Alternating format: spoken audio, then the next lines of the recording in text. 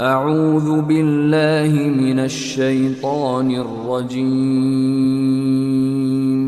بسم الله الرحمن الرحيم. يريد الله ليبين لكم ويهديكم سنن الذين من قبلكم ويتوب عليكم، والله عليم حكيم. والله يريد أن يتوب عليكم ويريد الذين يتبعون الشهوات أن تميلوا ميلا عظيما.